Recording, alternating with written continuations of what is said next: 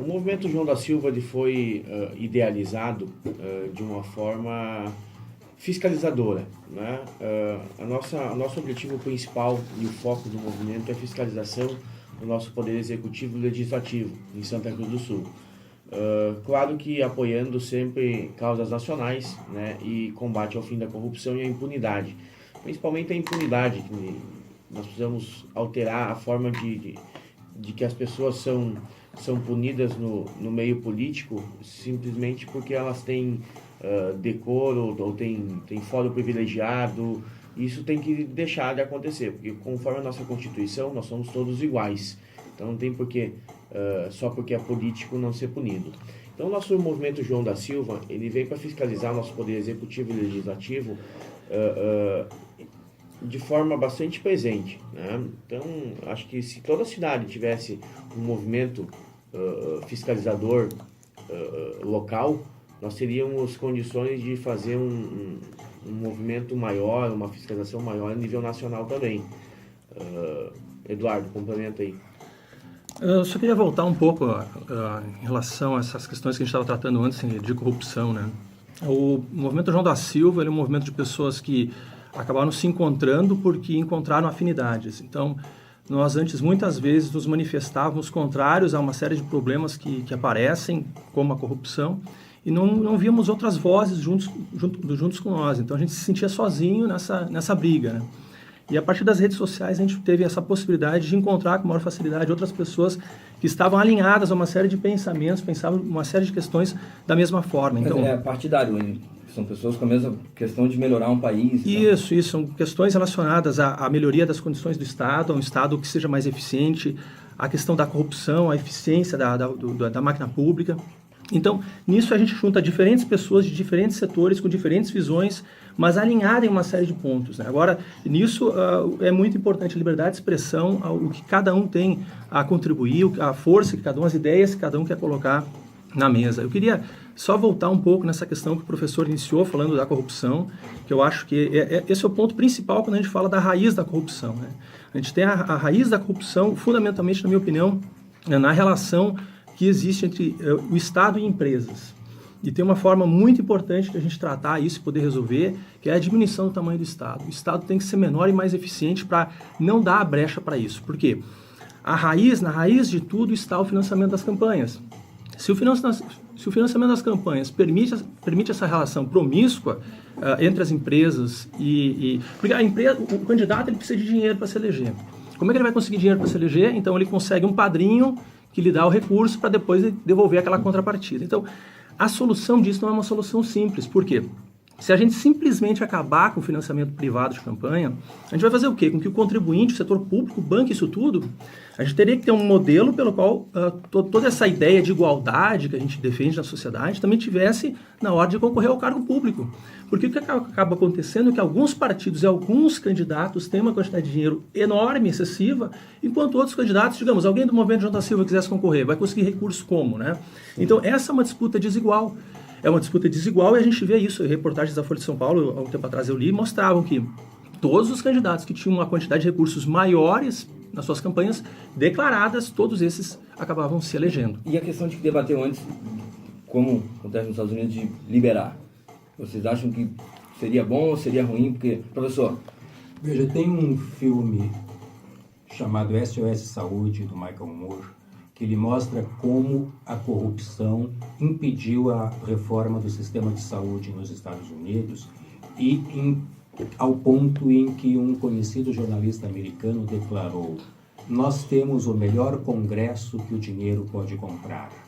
Em que os cheques eram apresentados, e esse filme mostra isso, a hora que o ex-presidente Bush recebe um cheque de alguns milhões de dólares para a sua colaboração na campanha contra o desarmamento nos Estados Unidos. Então, sim, nós podemos não chamar de corrupção, mas o problema continua existindo. É o domínio do capital sobre o sistema político. Mas aí que eu queria entender do professor qual é a sua sugestão, então, em relação ao modelo do sistema. Qual é o modelo de sistema que a gente deveria adotar?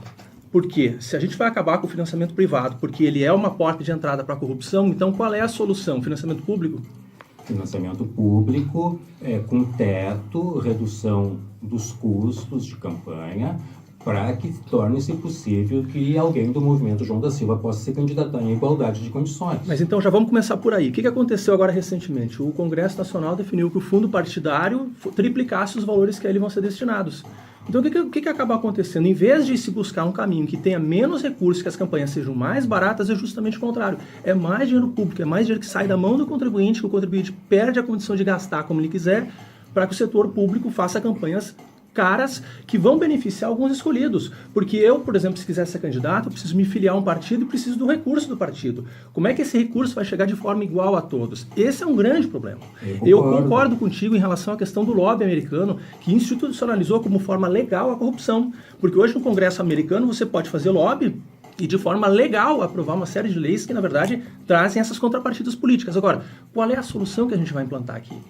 Agora, tu imagina um país que nem o nosso, o Brasil, se a gente torna pública o patrocínio das campanhas, e isso não vai impedir Caixa 2. a corrupção, entendeu? Só vai fortalecer aquele país, aquele partido que está no poder, porque imagina assim, tu limita o poder, o povo de votar, né? Porque tu vai distribuir de forma igual, não limita ninguém. Mas isso não vai impedir que continuem saqueando a Petrobras do jeito que saquearam. Mas acho que Para todas as medidas a corrupção, a gente tem que fortalecer, são as instituições, o resto é balela. Acho que na grande verdade, a questão do financiamento de campanha tem que vir de associados ao partido.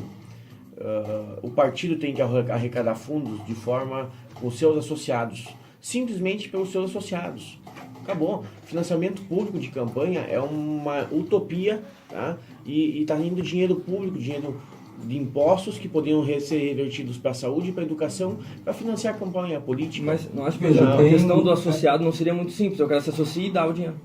Ok, mas pessoa física. Mas só uma coisa, Jorge, importante nisso também, daí porque sempre seria também uma porta de entrada para alguém funcionar como um laranja para contribuir. Então, todo o CPF, por exemplo, teria que ter uma limitação, um valor baixo para poder contribuir. Okay. O ponto fundamental hoje, na minha opinião, é o seguinte: com a internet, boa parte das campanhas poderia estar disponível via internet e de resto via audiências... Custo zero. Ao custo baixíssimo. E de resto via audiências públicas. Porque aí você dá a condição das pessoas aparecerem a um custo baixíssimo. Porque senão o que acaba acontecendo? Vamos supor, o Eduardo quer se candidatar a deputado federal. O estado inteiro não me conhece. Eu teria que sair, eu, Jorge, Priscila, vamos sair em todo o estado distribuindo cartaz com santinho, fotinho do Eduardo, botando cartaz, um endereço aqui e ali. Isso custa um monte de dinheiro, então não tem como financiar isso. Isso, na verdade, vai ter o quê? Vai ter alguém que vai lá na frente cobrar uma contrapartida por isso, né? Então, a gente teria que ver, na raiz, que ações a gente pode tomar para resolver o problema. Só para continuar um pouquinho, Eduardo, tu me fez uma pergunta, eu queria só continuar dizendo que eu concordo contigo. É preciso reduzir o custo, essa medida que tu faz da internet, por exemplo, mas esse custo tem que ser bancado por alguém. E para não ter diferenças, tem que ter uma regra que defina claramente quanto e de onde vem o recurso que vai ser usado, com custos bem mais baixos. Veja, existem inúmeros países no mundo que têm financiamento público da campanha eleitoral e não tem corrupção. Então, isso de dizer que não vai funcionar no Brasil, por que não vai? Foi feito algum estudo sobre isso? Não, não foi feito. Então, isso é preconceito contra o próprio Brasil. Existe maneira de fazer funcionar? Vamos ver como é que é, vamos ver como é que funciona no outro país. Por que a gente quer copiar só o exemplo dos Estados Unidos e não quer copiar, por exemplo, a Finlândia? Ou a França? Deixa eu só completar em relação a isso que você está colocando, né? O que pega hoje, que dói muito para o contribuinte brasileiro, é que ele vê o quê? Vem inflação, vem imposto, vem uma série de custos, sobe a conta de luz, quer dizer, e eu ainda vou ter que pagar por essa campanha, eu vou ter que financiar uma série de partidos que não me interessam. Então, isso é o que pega muito mal em relação ao financiamento público, tá?